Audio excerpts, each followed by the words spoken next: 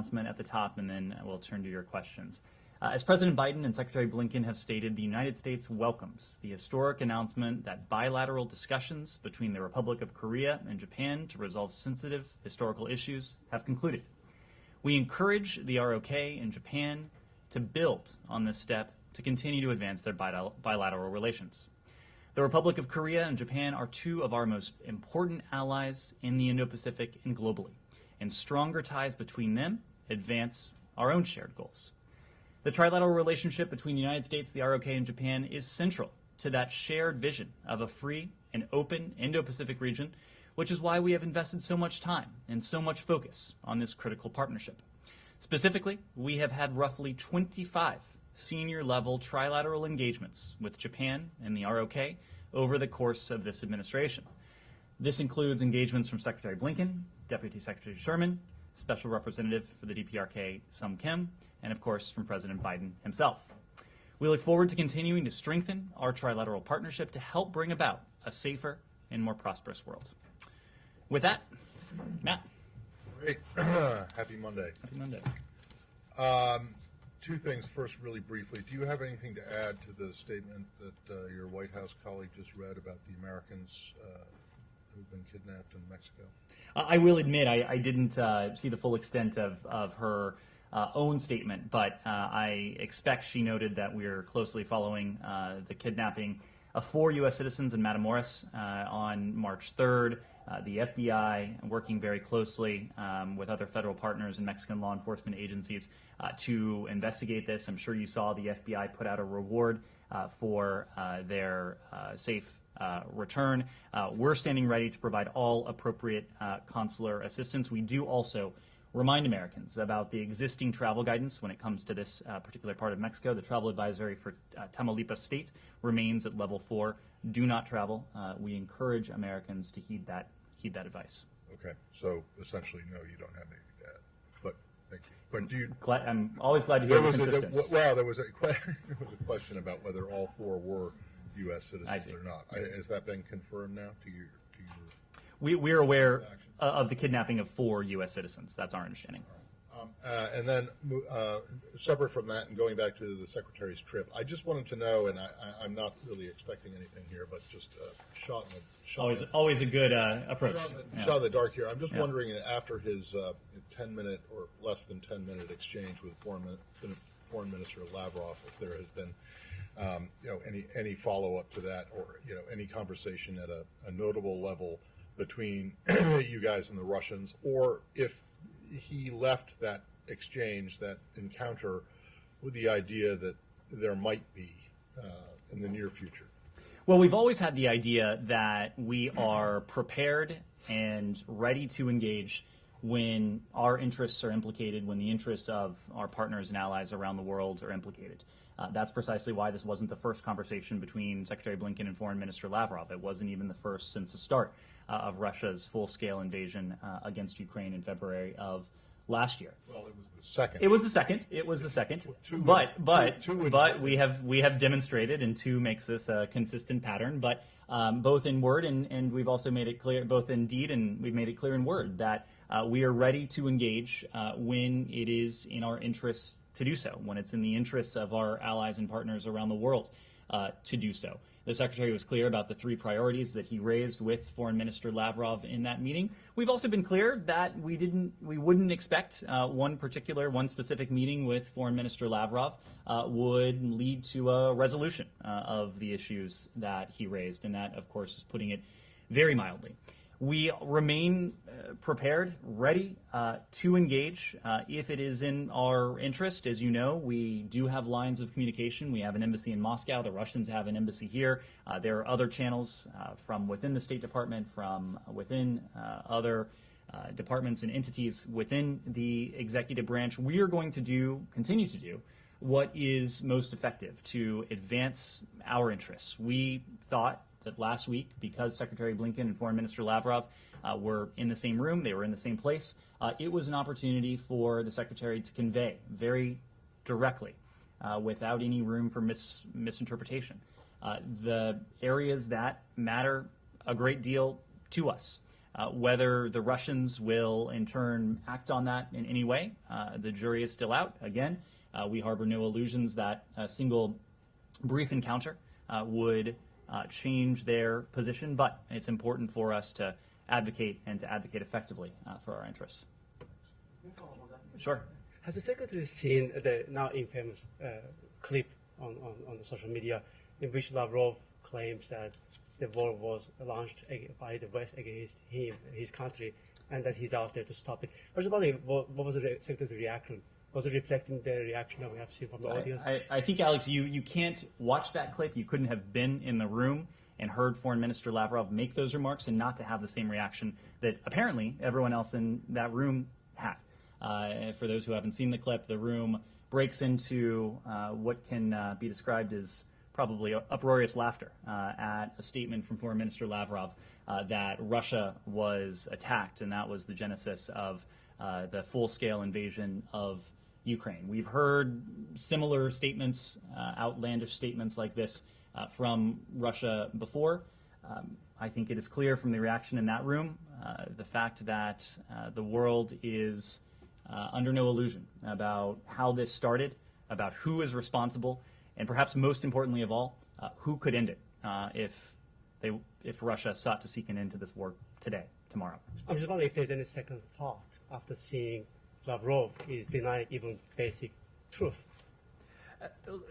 Alex, we've observed Foreign Minister Lavrov over the course of the past year. I think the Secretary has used the term that the Foreign Minister has an adversarial relationship with the truth. We didn't engage with Foreign Minister Lavrov because we necessarily trust what he has to say or what he has said for that matter. We engaged with Foreign Minister Lavrov just as we've engaged through other channels and through other counterparts because it's in our interests to do so. And again, we are clear-eyed about the potential for any sort of change, near-term change in the Russian posture on this. The point of this brief encounter was not to seek to effect a reversal in the near term over these core issues that matter a great deal to us and to the rest of the world, but it's in our interest to engage in diplomacy and to make clear where the United States stands. You're prepared to comment on that bit with the laughter. What's your response to the fact that, for those of us who were there, that at the beginning of his address at which this thing happened, he actually got a round of applause from that same audience when he talked about how NATO was and the West were encroaching on Russia and going and raising tensions because they're getting closer. So if you're going to talk about the laughter at that one bit, I'm just wondering what you make of the applause. Well, to say I was prepared to respond to it. He asked a question and I answered it. Not that this was. I don't know. I'm not suggesting it was pre-cooked or anything, right. But you did respond to that. So I'm just wondering if you have any concerns at all that very same audience also seemed to be sympathetic to Foreign Minister Lavrov earlier. Matt, there are misperceptions, and we do our best to counter the misperceptions that are out there, whether they are about the United States, whether they are about our Ukrainian partners, whether they're about NATO. And we make clear at every opportunity we have that NATO is a defensive alliance, pure and simple. NATO has never threatened anyone. That in turn doesn't pose a threat to members of NATO. NATO has expanded as a result of Russian aggression. And it is incumbent on NATO, on the member states as a defensive alliance, to take prudent steps in response to what they're seeing from Russia's very own actions. The Secretary, almost every opportunity he gets, makes the point that President Putin, who I think has done a great deal to not only unite NATO, NATO is now stronger, it is more purposeful, it is more determined, but more broadly than that, President Putin has precipitated just about everything he has sought to prevent, and this goes back to 2014. Whether you look at popular opinion of NATO in a place like Ukraine, whether you look at the Wales commitments that resulted from President Putin's aggressive action in eastern Ukraine, his attempts to seize Crimea in 2014, the increase in defense spending that we've seen in the aftermath of Wales, and now in the aspirations of 2 additional European countries to join the world's strongest defensive alliance. Okay, fair enough. But you seem to be pleased by the fact that people laughed at him when he made this statement about. Matt, I was simply responding to a question. I know, but I get that. So I'm asking you another question. I mean, does it not cause you any concern that the same audience was receptive to his argument that you reject, obviously? But I mean, we're talking about an audience of highly educated people in India, non-aligned country with which you are working to increase opposition to the Russian action, or the Russian war in Ukraine, and yet they seemed sympathetic not to the idea that Russia was attacked, but that somehow Russia was provoked or is threatened. Matt, Not a cause for concern? I think I told you at the outset that we have our work cut out for us.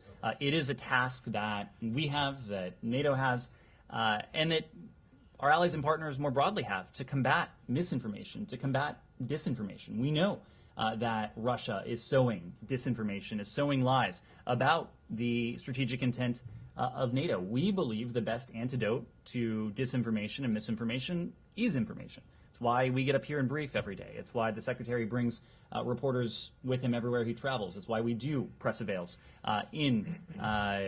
when he's traveling, especially within our emerging partners. All of that is part and parcel of it. Would you say the same about China? Would I say what about China? About promoting disinformation, trying to. I would. And just, you would.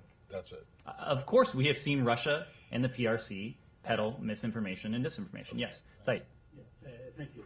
On the issue of diplomacy, I know that the new American ambassador, Lynn Tracy, only submitted her credentials a couple of months ago, and so on. Are there any, so she met with Russian officials and so on, but has Ambassador Antonov been meeting with anyone in the State Department? Has he met with, like, the Secretary of State or the Undersecretary of State?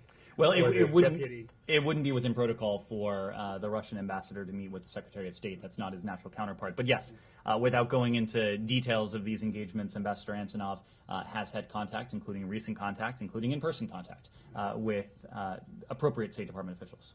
I asked this because I think last month he said he has not met with any American officials in a very, very long time. It may not be to the extent and the cadence of that engagement may not be to his liking, but lines of communication remain open. That is of critical importance to us, and Ambassador Antonov is one element when it comes to those lines of communication. And one quick follow-up. Secretary Austin said from Jordan yesterday that the fall of Bakhmut is not going to change the course of the war. Can you comment on this? I mean, are you guys now prepared that Bakhmut all but has fallen? I'm not prepared to offer that assessment. Of course, our Ukrainian partners in the first instance are going to have the best tactical battlefield update. Our colleagues at the Department of Defense may speak to that as well. But the sentiment that Secretary Austin was putting forward is exactly right, as you might expect. This is a conflict a war, an invasion, I should say, whose contours were set in place on February 24th, February 25th, and the days that followed of last year. It was very clear from the earliest hours of Russia's invasion of Ukraine that whenever this ended, it would end in a strategic failure for Russia. That's because the Ukrainians made very clear in the earliest hours of this conflict that the goals that President Putin sought to pursue, the fall of Ukraine, the fall of its government, the subjugation of its people, the erasure of its identity, essentially the subjugation of the country itself, would not be in the cards. And so, yes, we have been very clear that there are going to be tough days ahead. Fighting, while it has lulled somewhat during the winter months, it has continued to rage. Especially in the East, especially in the South. There have been incremental gains by both sides. We expect that dynamic to continue. The only reason a town like Bakhmut, which I believe, as Secretary Austin said, holds very little strategic import, is in the news, is in the headlines, is because the Russians have nothing else to point to over the course of more than 12 months of a brutal invasion, of their own brutal aggression. Were the Russians in any had they had any sort of success in this effort, the fall or the fact that a place like Bakhmut is being contested wouldn't even register halfway around the world. The fact that it is, the fact that people are focused on it is because the Russians have nothing to point to during the course of their 12 months of brutal aggression against the Ukrainians. The Ukrainians are, as they have across the country, making a valiant effort. The broader strategic tide of this invasion, we think, is set in stone. This will be a strategic failure for Russia. The Ukrainians have demonstrated that they are in a position not only to withstand advancing Russian forces, but to take back territory that has been wrested away from them. That won't change. Jenny. Thank you. Regarding the South Korea and Japan, did make a decision on historic resolutions. Many Koreans still do not agree on the solution of history between South Korea and Japan. And this is because Japan has not formally apologized. How do you view on this? Well, first and foremost, we've heartily welcomed the announcement between these two allies of ours, Japan and the ROK. These issues of history are difficult, they're complex, they are complicated, but both President Yoon, Prime Minister Kishida, have demonstrated bold vision. They have demonstrated courageous leadership by taking this step forward. The United States is an ally to both of these countries. We have a rock solid bilateral relationship with both Japan and the ROK. We have sought from the earliest moments of this administration to deepen and to advance the trilateral relationship. And I spoke a moment ago to some of the metrics that speak to that, some 25 trilateral engagements, several on the part of Secretary Blinken and his ministerial counterparts, several on the part of Deputy Secretary Sherman and her counterparts, Sung Kim and his counterparts, in person, over the phone, as well, of course, with the leader-level engagements that President Biden has taken part in as well. And we're doing that because the trilateral relationship is critical to a vision we share with both countries for a free and open Indo-Pacific. You can talk about it in terms of specific issues, in terms of the importance of trilateral cooperation on the challenges that are posed by the DPRK, but it's also in some ways broader than that. These are countries with whom we share interests, we share values, and at the crux of both those interests and those values is that very same vision for a free and open Indo-Pacific. So we very much welcome the step forward that Japan and the ROK announced today, and the United States is going to continue to be a partner to do what we can to help these countries as they continue to take additional steps. Do you think Japanese should be apologize to victims, not the government? These are not questions for the United States to answer. These are discussions that Japan and the ROK, our dear allies, are having between themselves. That is the appropriate forum for these questions. One more, South Korean National Security Advisor Kim Song-han and Secretary Blinken are meeting today. Why did the National Security Advisor Kim suddenly visit to U.S. and what topic will they be talking about? I don't know that it was a sudden visit. I think this visit has been on the books for some time. Of course, it does come on a historic day in the context of our relationship with the ROK and with Japan as well. They'll discuss a number of issues. They're going to discuss how our two countries can continue to work together collaboratively to support our partners in Ukraine, to ensure our country's economic security and economic prosperity.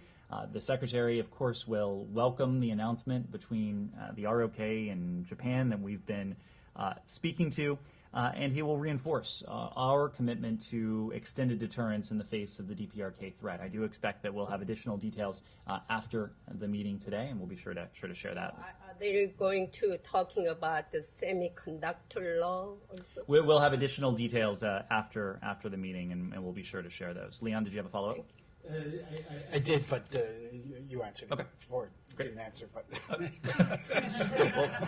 We'll move forward then. Shannon. Turkey reportedly summoned Ambassador Flake to express their discontent over General Milley's visit to Syria over the weekend. Do you have any comment on this? And do you feel that any unease on Turkey's part is merited here? We can confirm that Ambassador Flake did go to the Turkish Ministry of Foreign Affairs today for meetings and for discussions. Of course, when it comes to General Milley's visit, we'd refer you to the Department of Defense. However, it's our understanding that General Milley met only with U.S. troops while in Syria. It was only an interaction with American service members. A follow-up on that? Sure. Sure. What we just said, that he was only there to meet with U.S. Officials, that is disputed by media that is close to the SDF, YPG, and they're saying that he did indeed meet with Mazlum Abdi, the head of the SDF. So can you please put it into context for me, because we know that the United States ambassador was summoned to the Turkish Foreign Ministry to give an explanation, quote-unquote, by the Turkish state agency. So the U.S. Army chief travels to an area controlled by the YPG PKK, and they are headed, the SDF is headed by someone who we all know comes from PKK ranks, and he ordered the killings of Turkish and Kurdish civilians as well as NATO soldiers. So just the optics of it, the U.S. Army chief that just doesn't pop up anywhere around the world. So what is really the explanation for the visit? The U.S. Army chief, and again, I'm not the Pentagon spokesperson, so I'm not going to wade too far into this, but the U.S. Army chief does pop up around the world to visit with U.S. service members. That's what he did in this context. Our service members are deployed in Syria in service of a goal that we share with Turkey, as well as with our other allies, as well as with all members of the global coalition to defeat ISIS. Our service members in Syria serve one function and only one function. That is to see to it that the enduring defeat of ISIS is cemented, and that ISIS is enabled to regain a pivotal foothold that they once had in places like Syria, in places like Iraq. This is a goal that serves our interests, it serves Turkey's interests, it serves the interests of every single member of the global coalition to defeat ISIS. There are now dozens of countries around the world that are part of this mission. So no, it is not unusual for the chairman of the Joint Chiefs to visit with U.S. service members who are deployed, in many cases deployed in harm's way, potentially, and making sacrifices on behalf of their fellow Americans, but also on behalf of people around the world. If he's made the travel all the way there, and you made it really clear that he only met with U.S. officials, so if there's no problem with the fact that he can be seen in the same photograph with SDF officials, why didn't that happen? So he wasn't welcomed by the SDF there, in that area that is controlled by the YPG SDF. These are questions for the Department of Defense. It's our understanding that he met only with U.S. troops while in Syria. Just to follow on this, Kobani and that area where he visited, the area under the control of the democratic Kurdish forces and so on. You still consider that to be part of Syria, correct? Part of Syria that you recognize. Correct. Did the head of the chairman get a visa to go there from Syria? It's an honest question. Said, if that's a serious question, I would encourage it is a serious you question. to talk to the Department of Defense. If that area, if you still recognize that area as being part of Syria, the top military leader in the United States of America, he goes there in and out without consulting with that government, without doing anything, correct? Said, I would refer you to the Department of Defense if that is in fact a serious question. Yes. Thanks so much. Secretary Blinken is meeting Lithuanian foreign minister today. What would you say, at least in principle, what are the most important points of this meeting? So we will have a fairly robust readout coming out of this meeting with our Lithuanian counterparts. But Lithuania is a critical ally of the United States. We share goals, of course, and interests as members of NATO. We share a number of economic interests. Lithuania, for its part, has demonstrated tremendous leadership and, beyond that, resilience in the face of the campaign of coercion that Lithuania has endured and, of course, withstood from the PRC over the course of the past year. So we'll have a pretty robust readout to offer in the aftermath of this meeting, but it's important for Secretary Blinken to sit down with his Lithuanian counterpart to discuss these shared interests, to discuss the values that unite our two countries, and really to commend Lithuania for the leadership and resilience that it has demonstrated across the board. Leon, go ahead. Yeah, no, I was wondering, the Secretary is also meeting senior Israeli official today, and this comes after the trip of the head of the IAEA in Tehran. And we came back and said there was progress in the negotiations of cameras and so forth. So what is the U.S.'s assessment of Grossi's trip to Iran, and where do you stand on potentially introducing a resolution or not during this Council of Meetings in Vienna? Sure. So first, on the visit of the Director General to Tehran over the weekend, we welcome and appreciate the efforts of the IAEA Director General Grossi to engage on the importance of resolving longstanding questions related to Iran's safeguards, obligations, and on other matters related to its nuclear program. In the joint statement that was announced on March 4th between Iran and the IAEA, Iran committed to take important steps and expressed a readiness to provide long overdue cooperation with the agency on the outstanding safeguards issues. We expect, most importantly, Iran to take prompt and concrete action in line with the joint statement. Too many times in the past, we've seen Iran issue vague promises only never to follow through. We in the IAEA Board of Governors have been clear that Iran must cooperate with the IAEA fully and without delay, and we look forward to additional reporting from the IAEA in the coming weeks on the steps taken by Iran. When it comes to the meeting of the Board of Governors, of course, Iran will be a topic at the Board of Governors. We're engaged with our European allies. We're also engaged with the IAEA itself on the most effective means by which to see to it that Iran is held to the commitments that it has made. Yes, go ahead. I have a question on the Americans kidnapped in Mexico. The Mexican president said that they have information that the Americans crossed the border to buy medicines in Mexico, and then they were detained after a confrontation between groups. I've seen other reporting that said a U.S. official said that they had traveled to the border city for medical procedures, citing receipts found. Can you just clarify confirming either the Mexican president's comments or what can you tell us of what's been circulating? I've seen these same reports. Unfortunately, I'm not in a position to confirm any of them, in part because this is an active investigation. The FBI is working very closely with Mexican counterparts in an effort to safely recover these Americans. So we wouldn't want to get ahead of that investigation to the extent we do know details, but details are also quite scant at this time. But you wouldn't refute what the Mexican president... I'm just not going to weigh in. I've seen those same reports. And then one quick follow-up. I know you said you don't want to say too much, but is the State Department aware of video that's been circulating online showing a white van with people getting put into the van? There's been a lot of photos and videos circulating online. I'm just wondering if authorities are at least looking into that, if you can kind of confirm whether those are authentic leads in this incident. These are questions about an ongoing law enforcement investigation. Certainly we're not going to comment on any active leads. I believe the FBI has issued a statement where they have put out some details of the vehicle in which these individuals were traveling. But again, we'll have to refer to the FBI on those questions. Yes? Following up on that, if there's any more information that you have or who carried this out, what is being done to get them home safely, and does this put more pressure to label cartels terrorist groups if this indeed is an act by the cartels?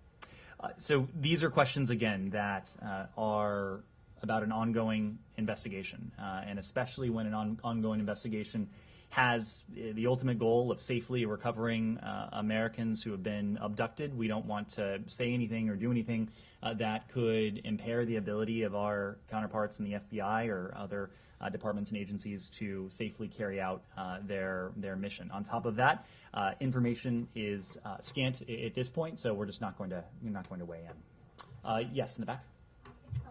I want to follow up on the announcement between ROK and Japan. The U.S. has emphasized the importance of trilateral relationship among U.S., ROK, Japan many times.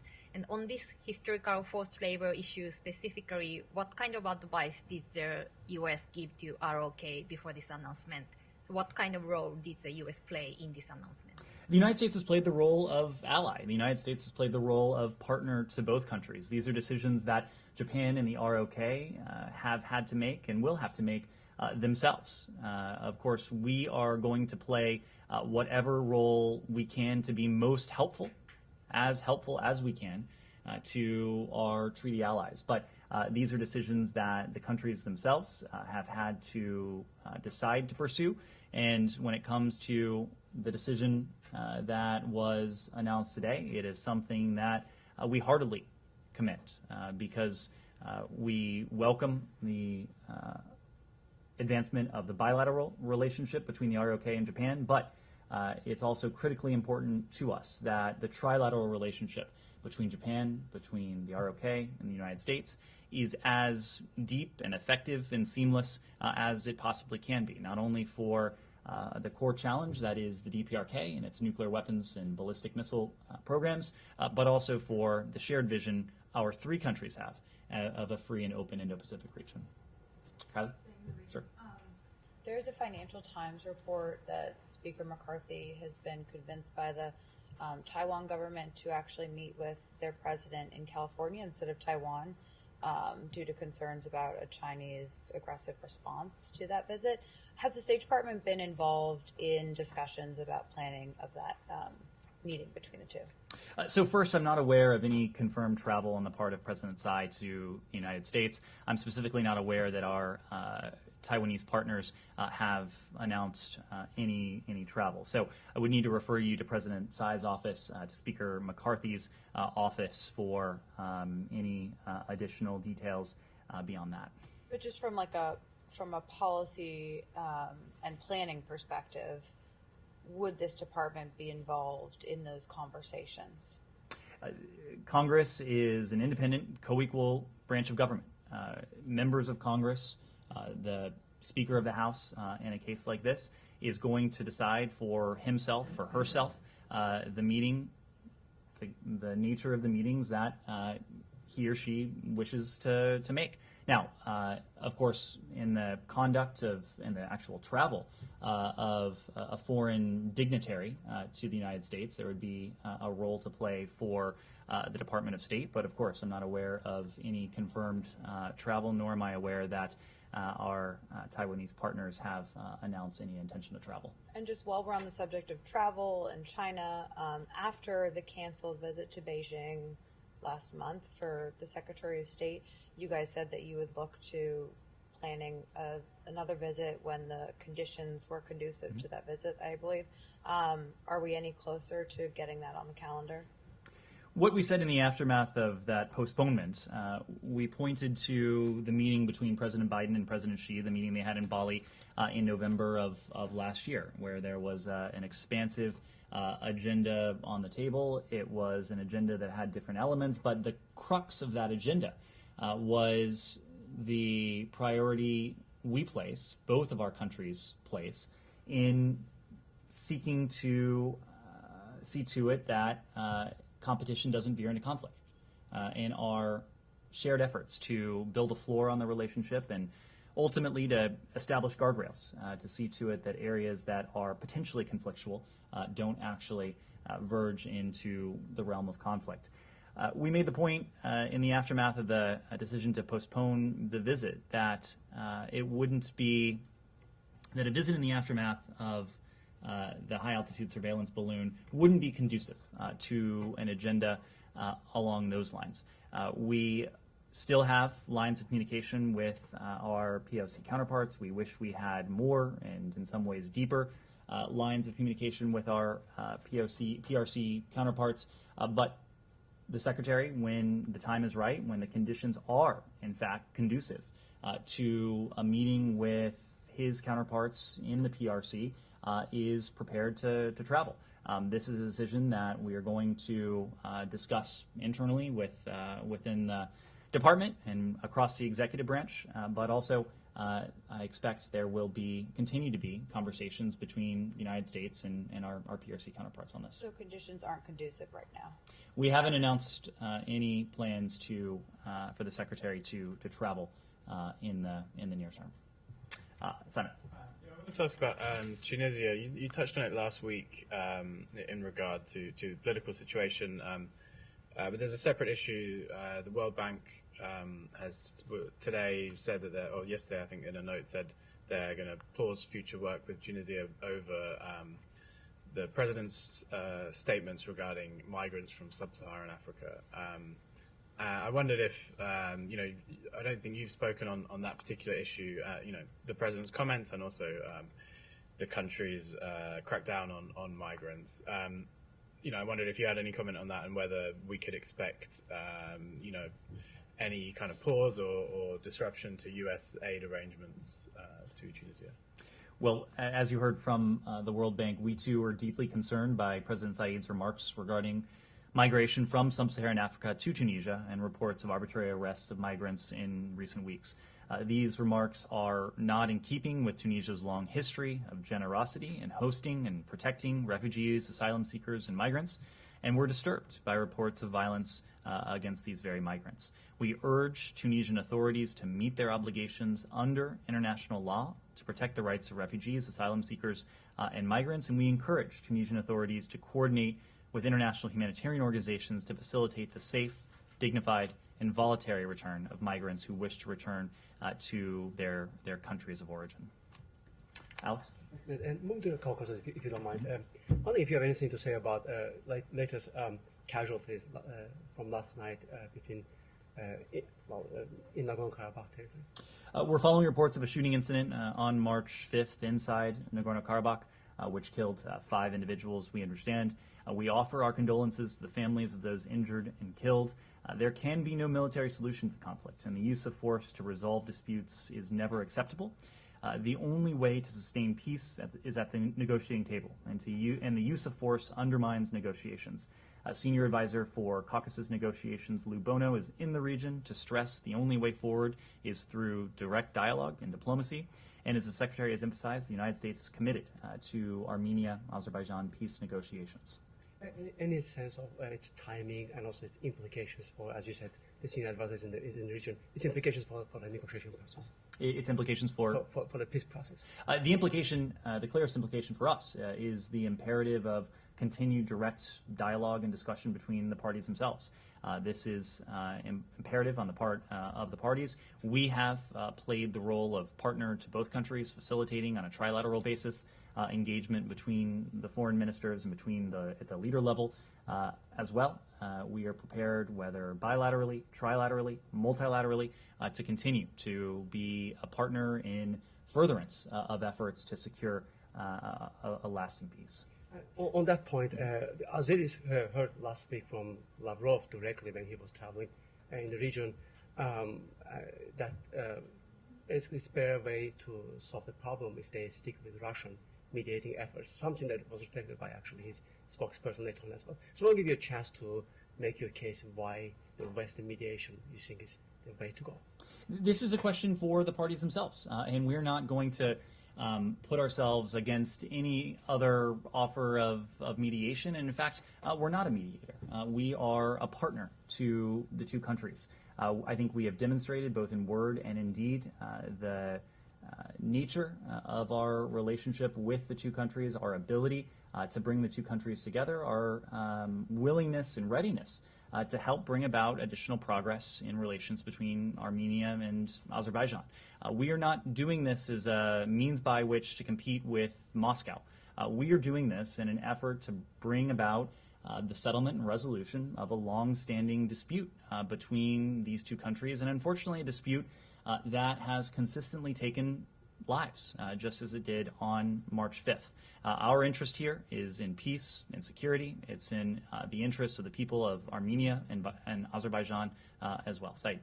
Thank you. Going on the Palestinian issue, very quickly, the Hussein Sheikh, he's the executive director, the executive director of the PLO, told the Israeli newspaper, the Times of Israel, that Israel has not fulfilled the Aqaba promises to transfer withheld PA funds. Are you aware of that?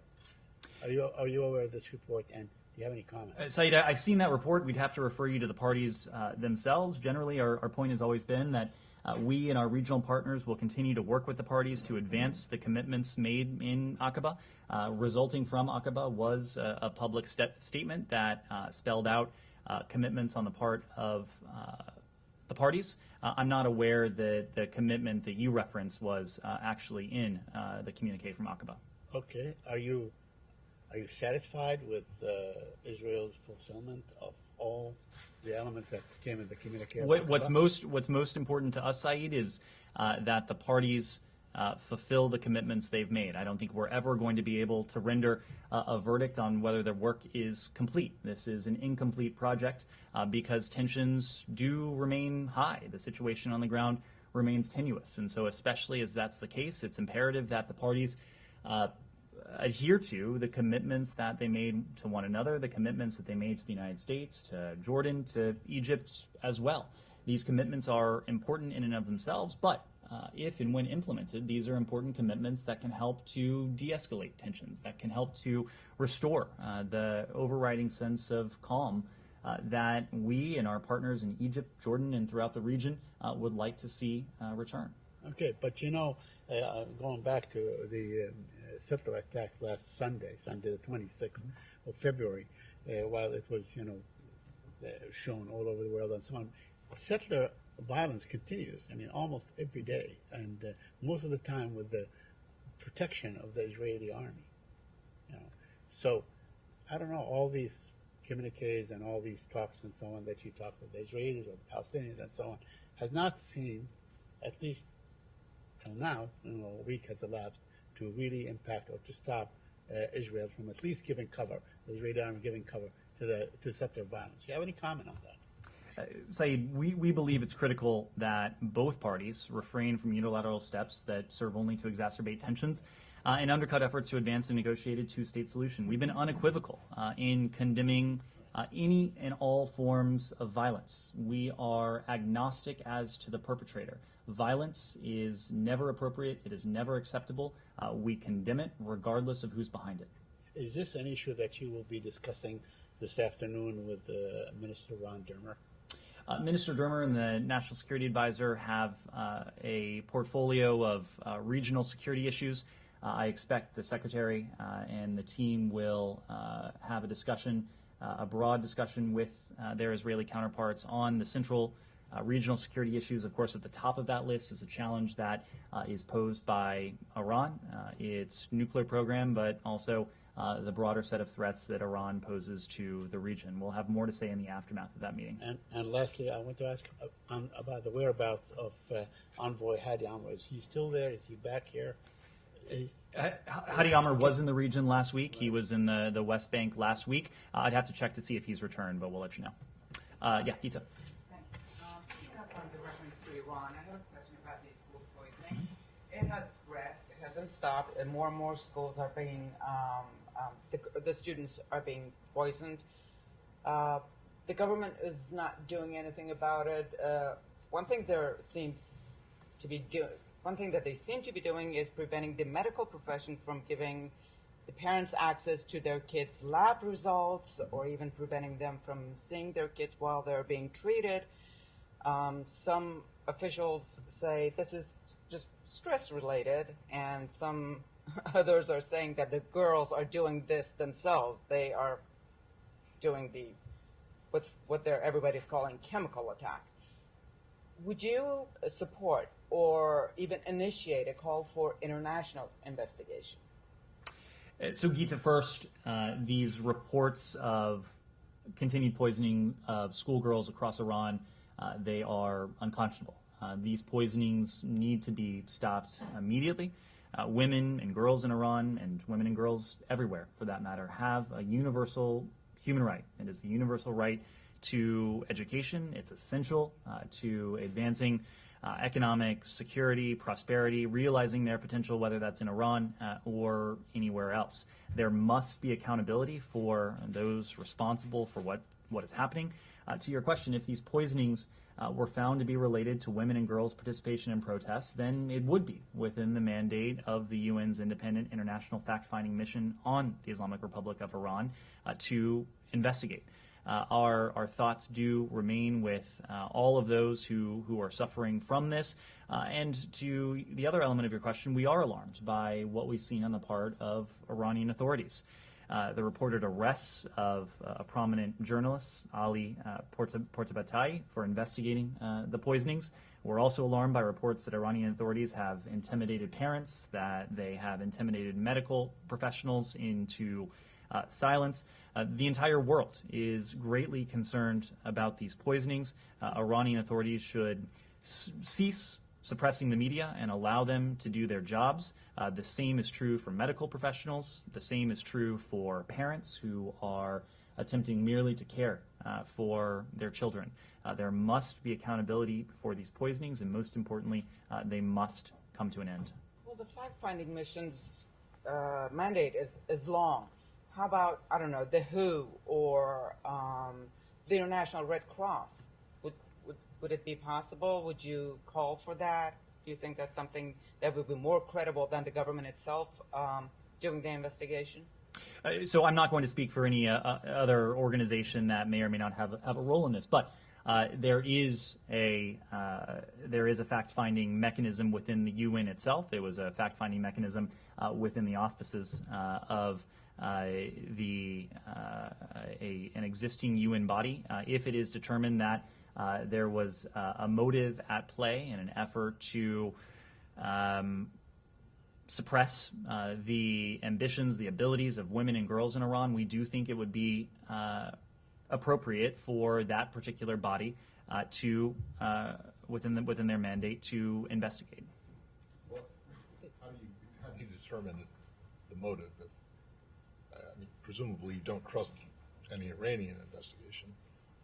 So how do you get to the point where you can say that, okay, this now falls within the purview of the... So the world, Matt, is watching very closely. And we are, even in the midst of Iranian attempts to intimidate and to suppress information that is reaching the rest of the world, we've been able to see these reports. We've been able to see video. We've been able to hear firsthand accounts. I think it will become clear to the world what is or what is not happening if that information continues to emanate from Iran. We'll continue to watch very closely, and we'll continue to call for what's appropriate and effective. But you haven't, based on what's come out so far, you have not been able to assign motive. That's right. What makes you think that, I mean, this has been going on for some time now. That's right. So you're confident that without an international investigation or an international fact-finding mission or something like that that could get inside Iran and look to see what a motive might be or is, you can determine that anyway? We've been able to see with our own eyes through news reports, through reports that are emanating from Iran, video footage of this as well. I suspect we'll continue to learn more about this if these, unfortunately, continue. We want to do what is most effective, what we think will help to address, that will come to the aid of women and girls who's been subjected to this. Most importantly, these reported poisonings need to come to an end. There is also reports about On Iran? discovery of secret jails in Iran where they torture those girls that are arrested. Do you have any comments on that? We've seen these reports of attempted suppression on the part of those who are reporting on this. We've seen reports as well that those who may have been subjected to what is afflicting these girls in Iran may also have been intimidated and the subject of repression themselves. Of course, all of this is greatly concerning for us. Yes? Yeah, the foreign minister, Iran spokesman, today said his country is still exchanging messages with Washington. and he expressed commitment to diplomacy, as he said, to resolve the differences and the nuclear negotiation issue. Can you confirm that about the message, and what's your comment? Why did he? How do you read it? I haven't seen the full context of these remarks, but what I can tell you is that we have heard plenty of misleading statements and outright lies from Iranian officials over the course of weeks now. The JCPOA is not on the agenda. It has not been on the agenda for some time.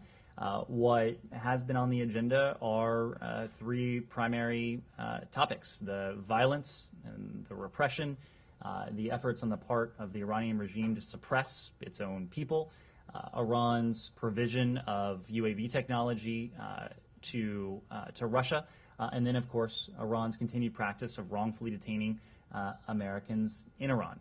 We have means by which to make our positions and to make clear the priority we attach to each of those issues, but we're just not going to speak to the particular channels. Yes. So you deny that you're exchanging messages with Tehran with respect to the nuclear negotiation? The JCPOA is not on the agenda, yes.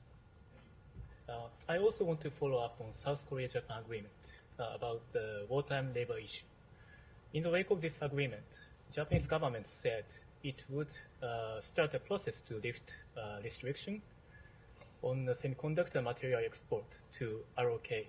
So do you support this movement as you seek a stronger supply chain among U.S. allies? These are questions for the governments of the ROK and Japan themselves. We support any effort that seeks to improve and to advance the relationship between our allies, the ROK and Japan, because that in turn supports the trilateral relationship that we have cultivated and we have focused on to such a great detail over the course of this administration. I should say, for Secretary Blinken himself, this is something that has been a focus of his for even longer than that, when he was Deputy Secretary of State in the final 2 years of the Obama-Biden administration. This was a priority of his to cultivate and seek to support better relations between these two treaty allies. We have come a ways from where we were 10 years ago. Today's step is a very positive development, one we heartily commend, and we hope to see our treaty allies continue to build on this going forward. Yeah. Questions on Russia. Thank you. The United States refused to issue visas to Russian diplomats who were heading to New York this week for an event at the United Nations. Do you have any comment here? I don't. If we have anything to offer on that, we will. Okay, and one more question. The New START treaty, as you know, expires in less than 3 years. Should Washington and Moscow fail to agree on extension in February 2026? Are there any contingency planning you're doing now for this scenario, or are you planning anything for this case? I think your question gets far ahead of where we are, and I say that because Moscow has announced its purported suspension of implementation of the New START agreement. Even before that happened, we found that Moscow was in technical noncompliance with the New START treaty. So before we start talking about what happens in 2026 and a potential renewal of the New START treaty, we want to focus on bringing Moscow back into compliance with the treaty. It is in the interests of the American people. It is in the interests of the people of Russia. It's in the interests of people around the world to see to it that the two countries that possess the largest number of nuclear weapons engage in responsible behavior. And part of being a responsible nuclear power is engaging in arms control. It's engaging in talks about strategic stability, just as the United States and the Soviet Union did over the course of the Cold War. Over the course of the Cold War, we had mechanisms in place to mitigate against the possibility that there would be a nuclear exchange. Ultimately, these efforts were successful in that there was not a nuclear exchange between nuclear powers during the Cold War. Now, the responsibility we have as nuclear powers, the United States and Russia, is just as great. It's incumbent upon countries that seek to be responsible stakeholders in the international community to act responsibly. We have consistently acted responsibly. Late last year, we thought we would soon be meeting with our Russian counterparts in Cairo for a meeting of the Bilateral Consultative Commission to discuss issues of New START implementation and compliance. Russia, unfortunately, pulled out of that engagement. Earlier this year, we thought there would be a meeting of the BCC. Russia, unfortunately, pulled out of that. And that is what ultimately led us to render Russia not in technical compliance with the New START agreement. But there is a very uncomplicated way for Russia to come back into compliance. It needs to take part in inspections. That's something that can happen fairly quickly, and it's something that we hope Moscow does for the sake of its citizens, for the sake of our citizens, for the sake of people around the world. Last question on Syria, on general military travel to Syria. Did the U.S. notify Russia in any way about the travel? This is a question for DoD. I couldn't say. Okay, thanks everyone.